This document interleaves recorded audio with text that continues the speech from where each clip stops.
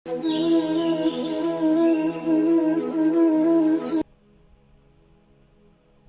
उत्सव हो रहा है और इधर क्या हुआ, प्रातः का समय हुआ। प्रातः के समय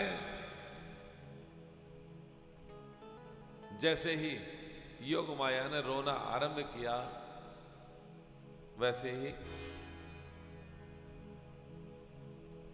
अनुचरों ने जाकर के बता दिया कंस को कि महाराज देवकी के 8वें गर्भ ने जो है वो जन्म ले लिया है।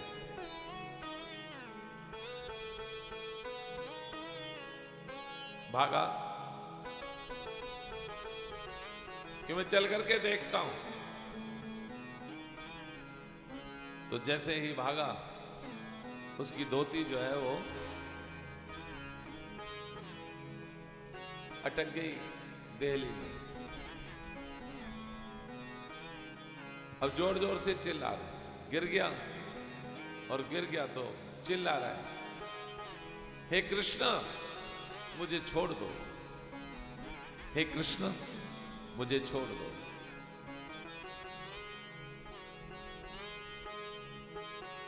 अब अनुचरों ने आकर के कहा कि आपकी धोती उसमें अटकी इसलिए आप गिरे। कृष्ण ने नहीं पकड़ रखा आपको। देखिए,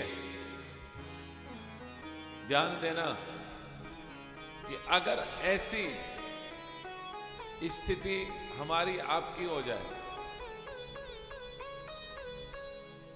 कि हर समय कृष्ण की याद रहे, तो क्यों नहीं उद्धार हो जाएगा। चाहे वह के वशीभूत होकर के, चाहे अभिमान के वशीभूत होकर के, हैं कृष्ण को याद कर रहे हैं। कंस अगर कोई काली चींटी भी दिख जाती है तो उनको लगता है कि कृष्ण आ गया। ऐसी दशा।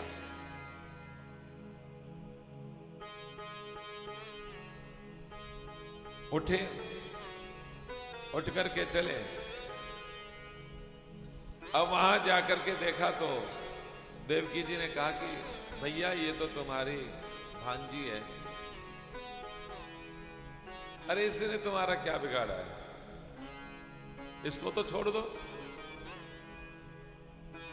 परंतु कहा कि ये तो 8वां गर्भ से उत्पन्न हुई है, हो सकता है।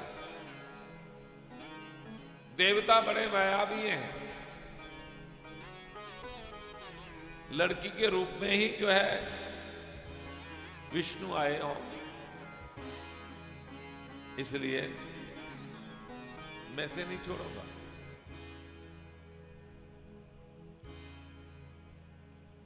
और हंसने लगा जोर से कि देखो देवता लोग भी झूठ बोलते हैं। कहा था कि लड़का होगा, देवकी के गर्भ से 8वां लड़का होगा और वो तुम्हारा विनाश कर देगा। परंतु यहां तो लड़की हुई है।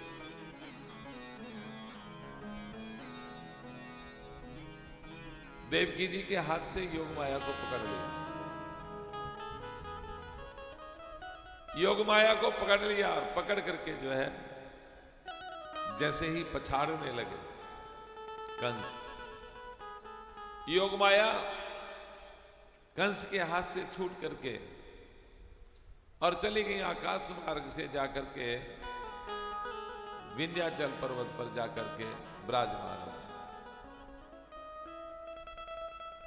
और उनको विंध्यवासिनी कहने लगे।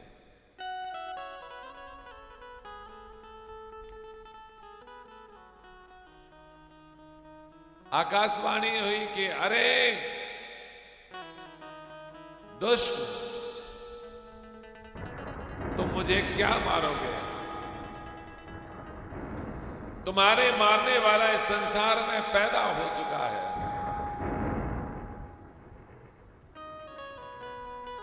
कंस इस बात को सुनकर के घबराया, विचार करने लगा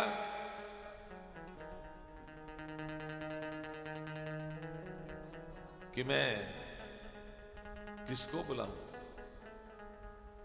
किसको कहूं।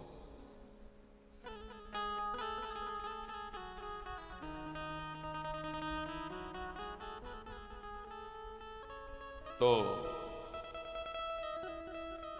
अपने सारे प्रकर को बुलाया और प्रकर को बुला करके कहा कि मैं बड़ा चिंतित हूं, क्योंकि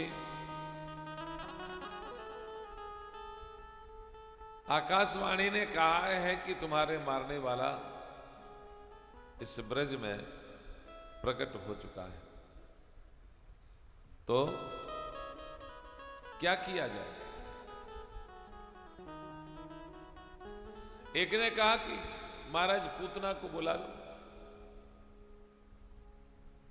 और पूतना को बुला करके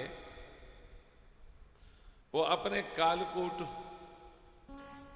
विष से जो है जितने भी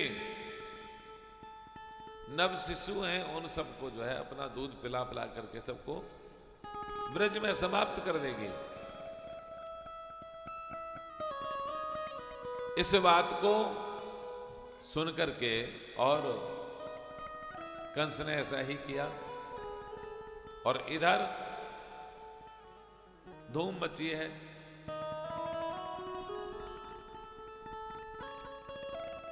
कहते हैं कि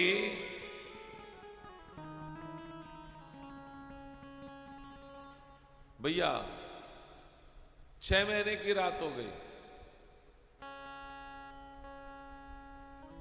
इतनी बड़ी रात हो गई, दिन नहीं निकल रहा। सूर्य नारायण ने और चंद्रमा जी से कहा कि आगे बढ़ो, जिससे कि दिन निकले, और दिन निकले तो फिर हम भी भगवान के दर्शन कर लें।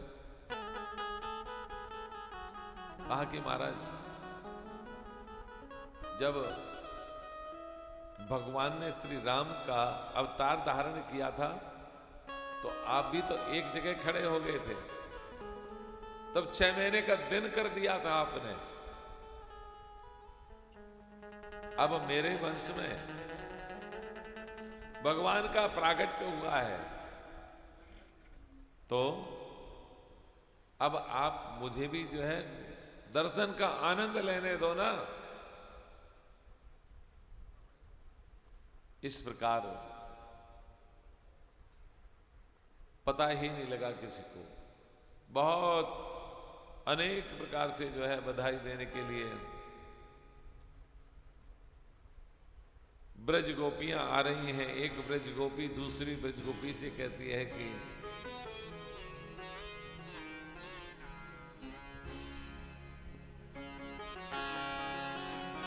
चलो नंद बाबा के यहां चल करके जो है बधाई लेके आए। इस प्रकार ये आनंद आप अपने मन से महसूस करें, कैसा आनंद होगा।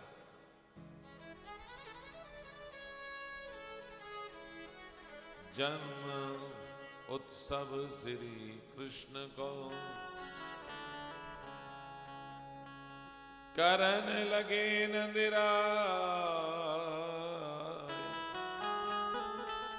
धूम मची गोकुल नगर, हर्ष न हृदय समाय।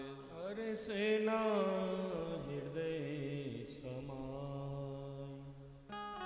नंदांगन ब्रज में बजी बधाई, और ब्रजवासी ने खुशी मनाई। धूम बड़ी गोकुल में छाई, दधी माखन की नदी बहाई, दधी माखन की नदी बहाई। दही के मटके ले लेके आ रहे हैं और एक दूसरे में मार रहे हैं। माखन दही, नदी बह चली है। दिए नंद ने गौवन के दुजन को दान, साधु संत और अतिथिन को किया बहुत सम्मान। ब्राह्मणों को बहुत सी गौदान करी बाबा ने।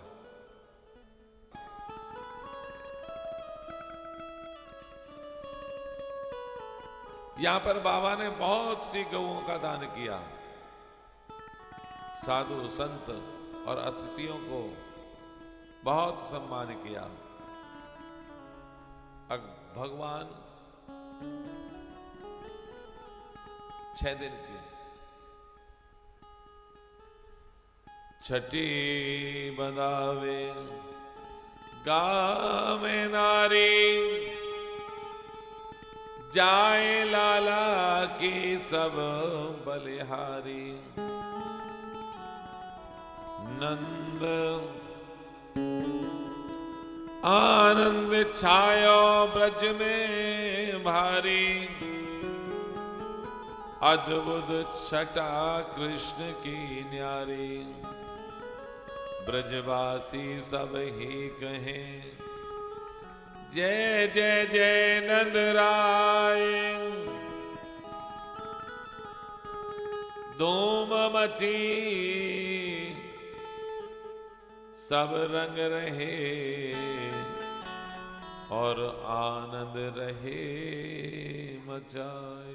आनंद रहे मचाए।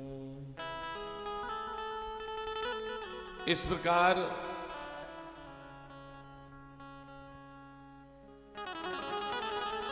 जमुना जी का जल भी जो है वो सारे का सारा जल जो है सफेद हो गया है। हर्षते नर नार सब रहे खुशी में डोल, गावे मंगल जान मिल बाज ढोल ढप ढोल। भैया अनेक प्रकार से खुशी मना रहे हैं। छठी करावे यशोमती मैया और बार बार ले रही बलैया। दीने दान अनेकन गैया और नाचे गाँव में ताता थैया। नाचेगा में ताता थैया। इस प्रकार